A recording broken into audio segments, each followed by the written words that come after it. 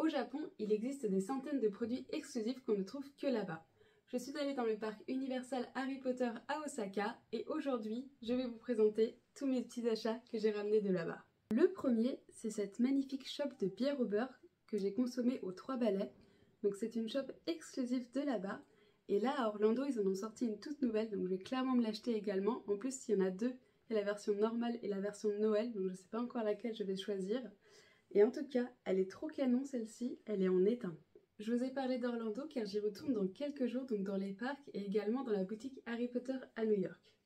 Alors ça, qu'est-ce que c'est? Eh ben, c'est les petits gobelets en plastique. Moi, je garde tout, je collectionne absolument tout. Et dans la dernière vidéo, je vous avais pas montré celui des Studio Tour. Ça faisait des années que je rêvais de cet objet. Est-ce que vous savez ce que c'est?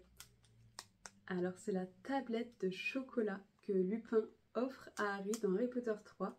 Donc le truc on le voit 2 secondes dans le film. Mais c'est trop canon, c'est trop cool.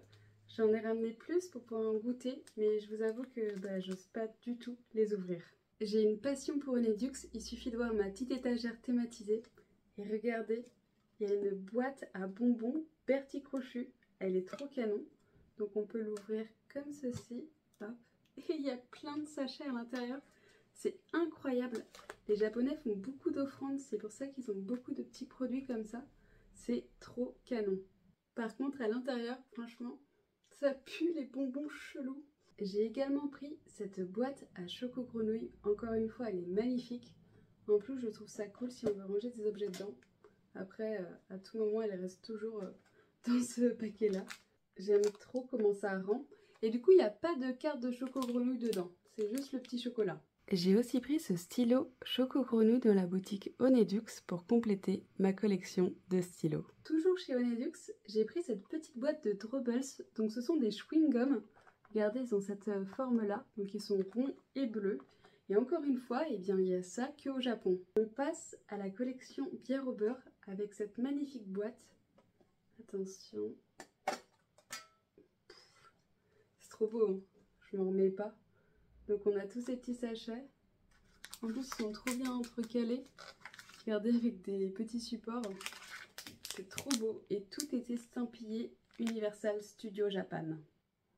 Eh mais ça sent de ouf la bière au beurre. Nous avons maintenant ce petit tonneau de bière au beurre qui contient des petits bonbons à la bière au beurre. C'est pas trop mignon, tous ces mini bonbons bière au beurre. J'ai vraiment ramené que des choses à manger. Donc là c'est une boîte de chocolat avec Poudlard dessus. Et je la voulais parce qu'il y a bien écrit Universal Studio Japan. Ça, je pense que ça va rester scellé même si le scellage a déjà pris un coup. Donc les petits chocolats à l'intérieur. On va un peu changer avec ce magnifique scrutoscope. Vous entendez? Il y a la petite bille à l'intérieur du scrutoscope. C'est un des objets les plus demandés par les collectionneurs, puisque c'est une réplique. Il est trop chouette, je suis grave contente d'avoir pu me le ramener de là-bas. Vous croyez que les bonbons c'était fini? Eh bien non. Alors ça existe à Orlando, même celui-ci on peut le trouver à Londres. Mais en fait je les ai achetés parce qu'encore une fois les petits sachets sont différents à l'intérieur. Enfin sauf lui, j'étais déçue. Je pensais que du coup ça allait être floqué. Je vais vous montrer. En fait finalement ce sont des petits sachets juste comme ceci. Dans l'autre, on a plein de petits sachets thématisés Choco Choc. J'aime trop, c'est trop canon. En plus, ça fait des petits cadeaux pour les autres collectionneurs, c'est sympa. Que contient cette grosse boîte? Des gâteaux. Regardez comment elle est énorme. Donc c'est des petites pâtisseries japonaises à l'intérieur. Regardez. Donc encore une fois, on a le système de sachets à l'intérieur. Vais-je l'ouvrir un jour? Je ne sais point. Sur place, j'ai consommé un petit gâteau de chez Honeydew et donc j'ai ramené la boîte. Là, ça devient très sérieux puisqu'il s'agit d'une baguette interactive des parcs.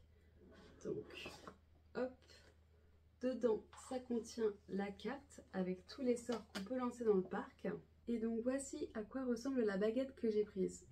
Pourquoi j'ai pris celle-ci? Eh bien, tout simplement parce qu'elle est en bois de cerisier, enfin imitation. En plus, elle est très très jolie et donc on peut la trouver que là-bas. Le bois de cerisier, c'est très important au Japon, donc je suis contente de l'avoir. J'ai aussi pris ces 2 livres. Enfin, celui-ci, je l'ai pris au studio de Tokyo. J'avais oublié de vous le montrer. Et donc, vous voyez, il y a une petite pastille ici avec écrit Warner Bros Studio Tokyo. Donc c'est trop cool, ça prouve qu'il vient de là-bas.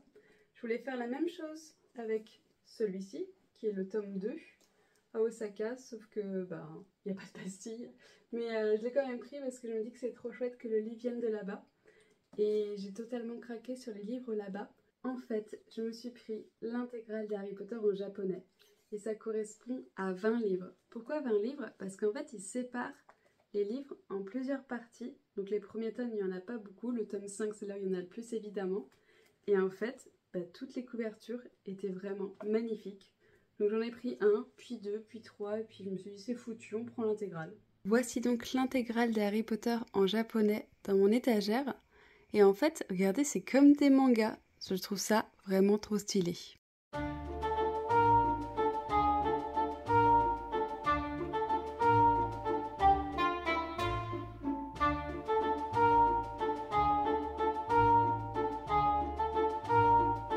Comme si c'était pas assez, vu que je collectionne toutes les éditions d'Harry Potter 1 dans les langues étrangères, j'ai pris cette version-là que je n'avais pas.